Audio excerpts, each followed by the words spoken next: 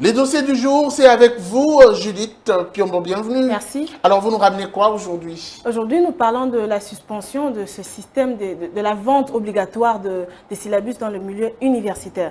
Et donc, il y a quelques jours, le président de la République a annoncé qu'il n'y aurait plus ces genres de ventes puisqu'il s'observe, les étudiants se plaignent à cause de la cotation conditionnée par l'achat des syllabus aux universités. Donc, le gouvernement a aussi pensé à ça. Mais il n'y avait pas que ça puisque le chef de l'État a aussi promis de pouvoir installer le Wi-Fi dans les milieux universitaires pour permettre aux étudiants de mieux mener encore leurs recherches scientifiques. Mais malheureusement, la démarche a été mal comprise par certains étudiants puisque selon eux, il s'agit d'une substitution. C'est-à-dire qu'on éradique complètement le syllabus pour pouvoir remplacer par le Wi-Fi, alors que ce n'est du tout pas ce qui va se faire.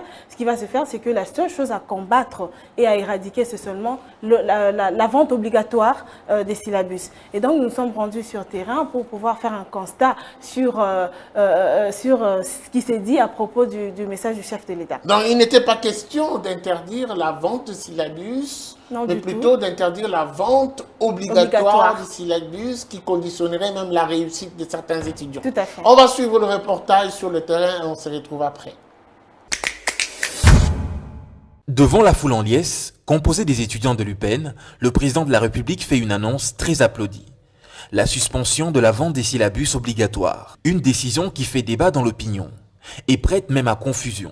Le cas de ces étudiants qui parlent d'une substitution des syllabus par les cours via la connexion gratuite. Comme à l'UPN, il est venu directement, brusquement proposer l'État pour les professeurs, premièrement, d'annuler les ventes de syllabus. Mais c'est une bonne chose, mais et aussi, il faut aussi regarder la connexion Wi-Fi. Est-ce que ça ne sera pas vraiment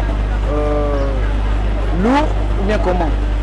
Pour moi, si on annule le support, il faut qu'on puisse mettre un site web pour tous les syllabus dont les étudiants vont justement partir pour regarder, réviser les cours au lieu de mettre la Wi-Fi. Parce que si on met même la connexion Wi-Fi, à l'université, tout le monde peut accéder facilement. J'espère que la décision prise est le grandement responsable, d'autant plus que le pays est plongé à des difficultés socio-économiques.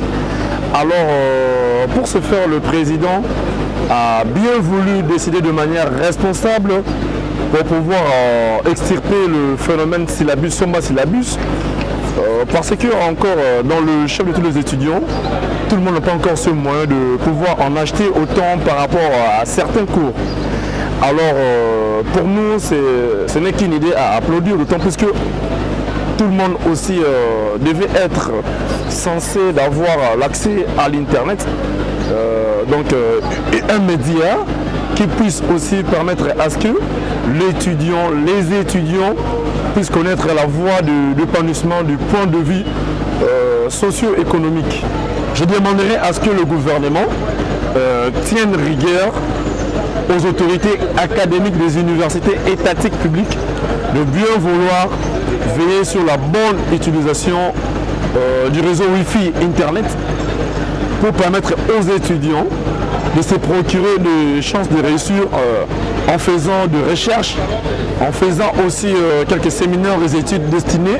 D'autres traitent la décision de populiste et remettent en cause sa mise en œuvre. C'est pas vraiment une bonne idée pour moi, là c'est mon opinion, parce que avant d'avoir quoi, ici il faut acheter quoi, un ordinateur, avoir une bonne téléphone là.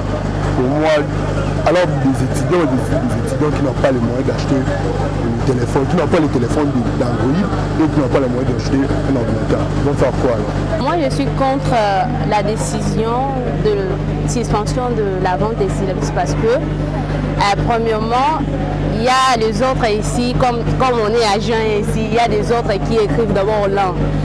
Les syllabus nous permet d'abord d'être à la page avec le professeur. D'être à la page avec le professeur. Comme on dit qu'on va ouvrir ici, c'est le Wi-Fi. Alors, il y a des autres qui ne sont pas à la capacité d'acheter même un téléphone Android. Parce que c'est par rapport à l'Android ou l'ordinateur qu'on va être à la page. Mais il y a des autres, selon les circonstances qu'on vit, ils n'ont pas vraiment l'argent pour acheter ça. Donc moi je suis contre ça.